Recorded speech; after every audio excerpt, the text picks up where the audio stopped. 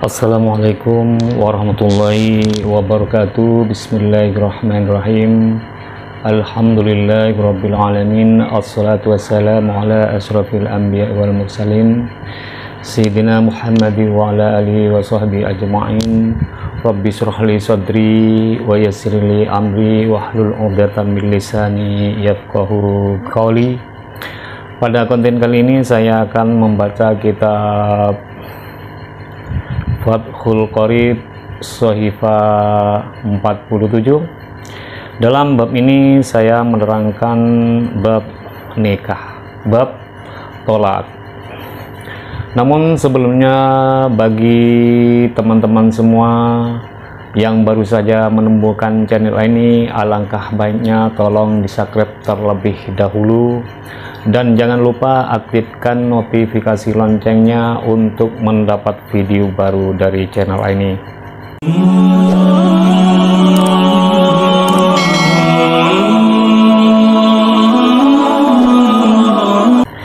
Pada bab ini menerangkan bab talak, yang mana kita semua itu jangan bermain-main dengan kata talak. Sebenci apapun kepada istrinya, sabarlah terlebih dahulu. Jangan terburu-buru mengucapkan talak seperti itu. Sebagaimana an Abi Hurairah diceritakan dari Abi Hurairah radhiyallahu anhu, qala, berkata siapa Ibu Hurairah, qala Rasulullah sallallahu alaihi wasallam, salah satun jiddun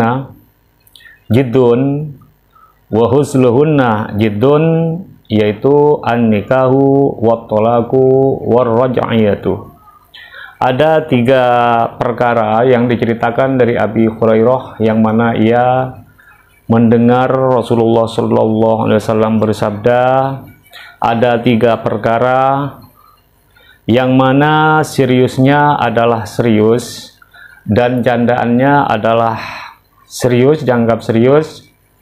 Apa itu? Yaitu ketika mengucapkan lafal nikah dan tolak dan perceraian dan rujuk, seperti itu.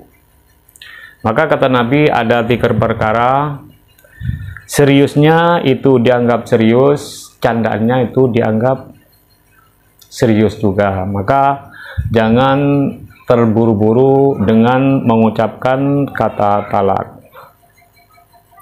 Hadis ini menunjukkan bahwa barang siapa yang mengucapkan lafal akad nikah atau barang siapa yang mengucapkan talak atau mengucapkan lafal rujuk dengan bercanda, maka hal itu terjadi karena sikap sengaja.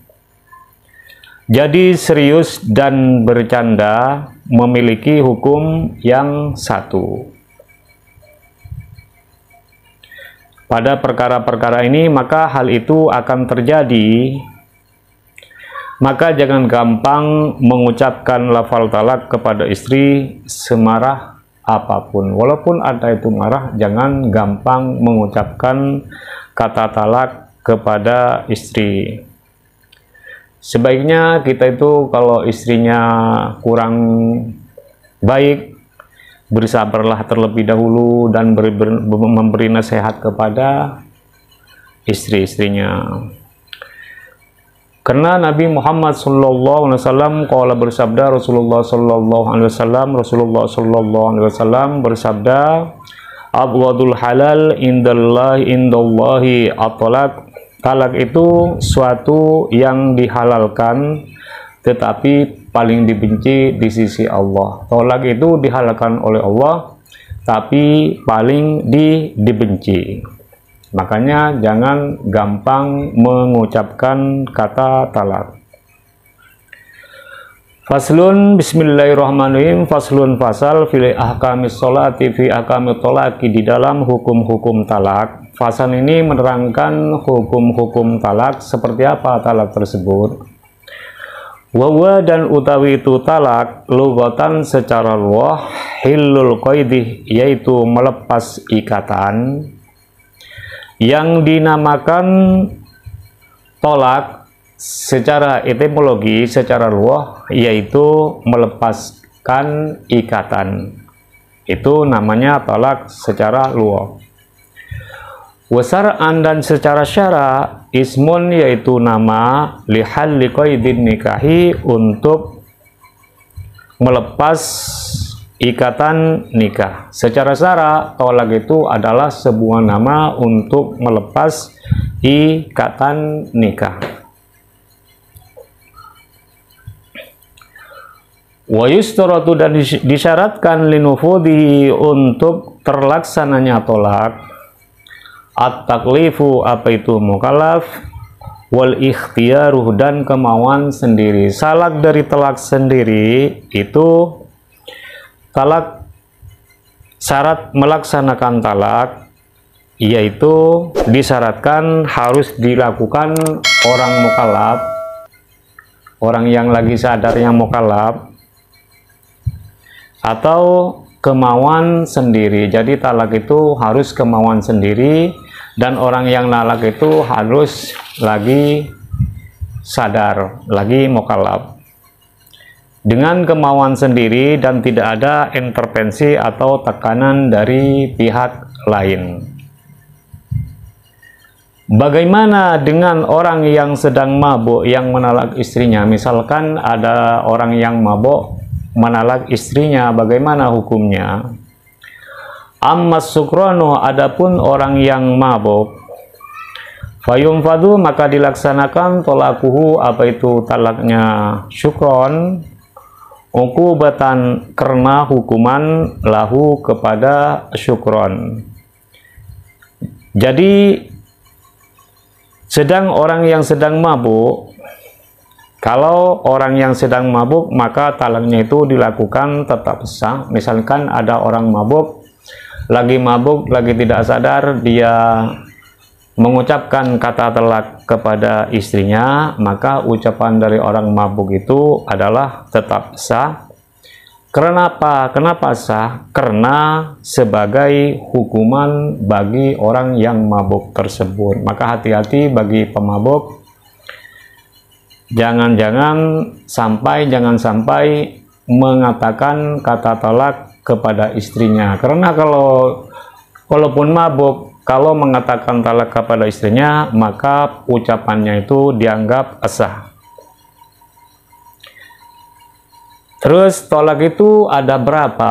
Wat tolaku dan utawi itu talak korbani, yaitu dua macam. Sorihun yang pertama talak soreh, wa kinayatun dan kedua talak kinaya.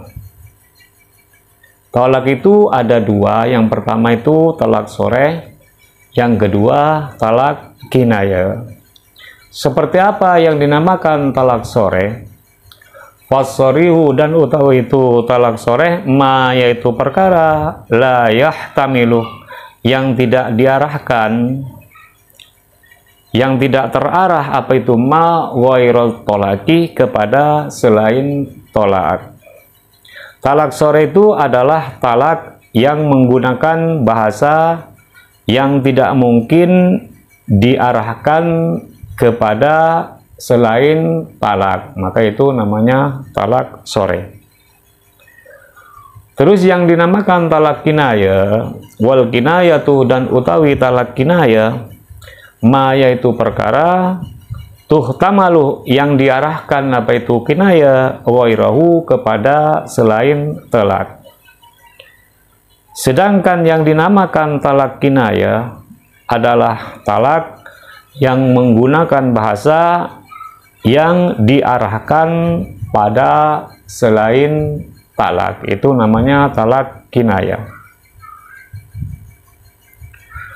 Walau talaffadoh dan jika mengucapkan az-zawjuh siapa itu suami bisorehi kepada sore, waqalah dan berkata siapa itu suami lam urid saya tidak bermaksud at-tolaku kepada talak, lam yuqbal, maka tidak diterima apa itu qauluhu. Seandainya ada suami mengucapkan bahasa talak yang sore dan ia berkata, aku tidak menghendaki bahasa tersebut untuk mentalak, saya yang mengucapkan seperti itu tidak untuk mentalak, maka kata-kata suami tersebut tidak diterima, tidak sah maksudnya.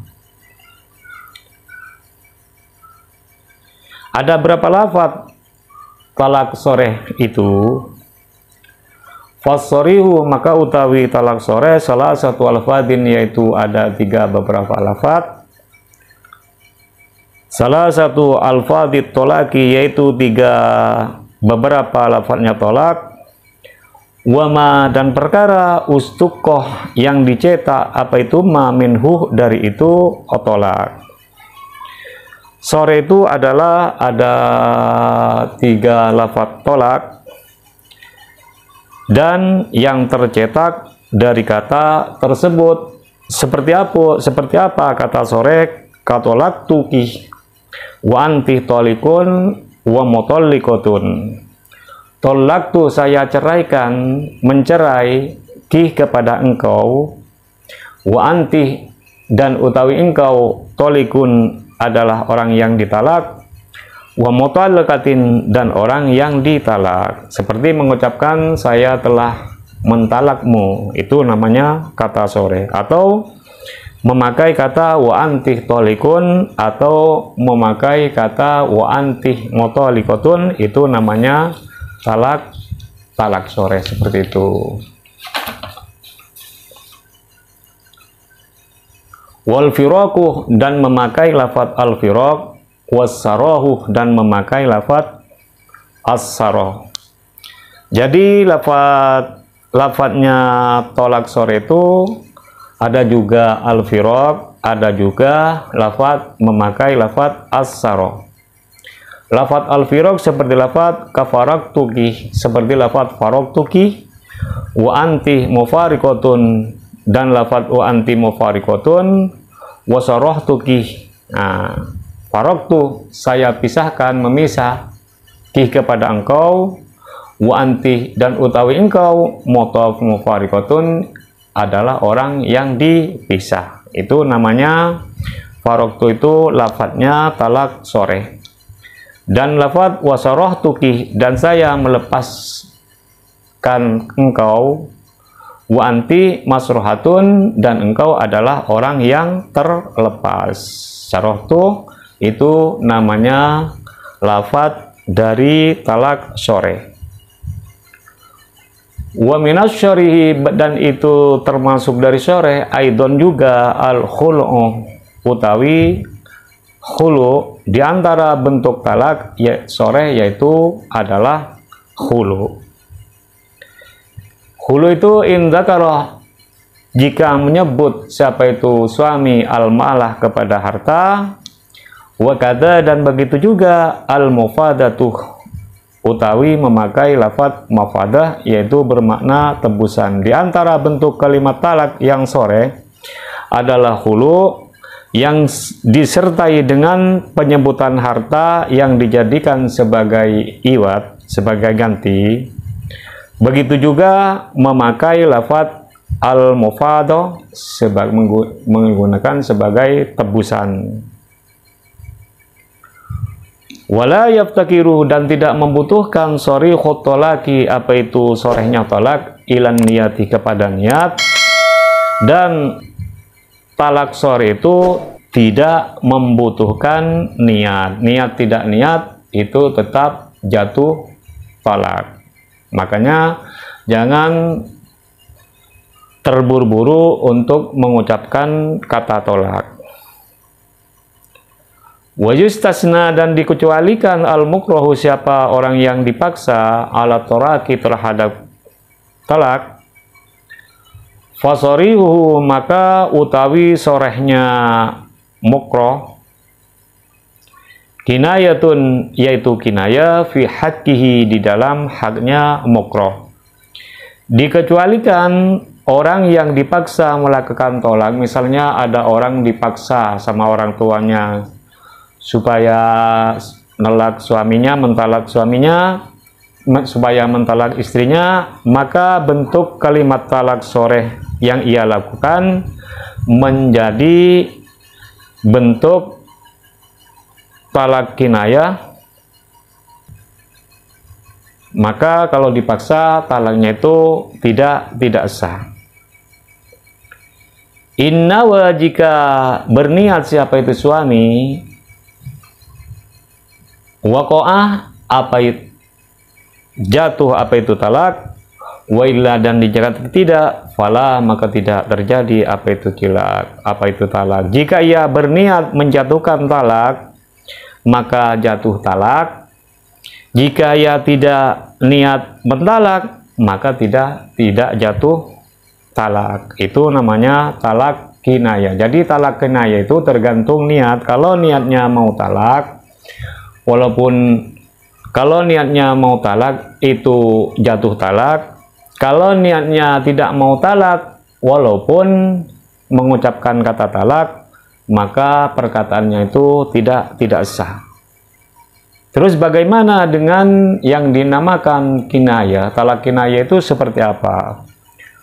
Wal kinayatu, dan utawi kinayah, kullu lafdin, yaitu semua lafad, intahmalah, yang mengarah apa itu kullu lafdin, at-tolakoh, kepada tolak, wa ghairahu, dan kepada selain talak, wa yaftakiruh, dan membutuhkan apa itu kullu lafdin, ilan niyati, kepada niat. Kinayah itu adalah bentuk lafaz yang diarahkan kepada talak dan juga diarahkan kepada selain talak, dan itu butuh niat. Itu namanya talak kinayah. Wa inna, apabila berniat siapa itu suami bil kinayati, dengan kinayah, at-tolaku, kepada talak, waqa'ah, maka terjatuh apa itu tolak. Sehingga jika lafaz kinayah tersebut diniatkan untuk talak, maka kalau diniatkan kinayah itu, kalau diniatkan talak, maka jatuh talak. Wa illa, dan jika tidak, fala, maka tidak jatuh talak. Maka jatuh talak jika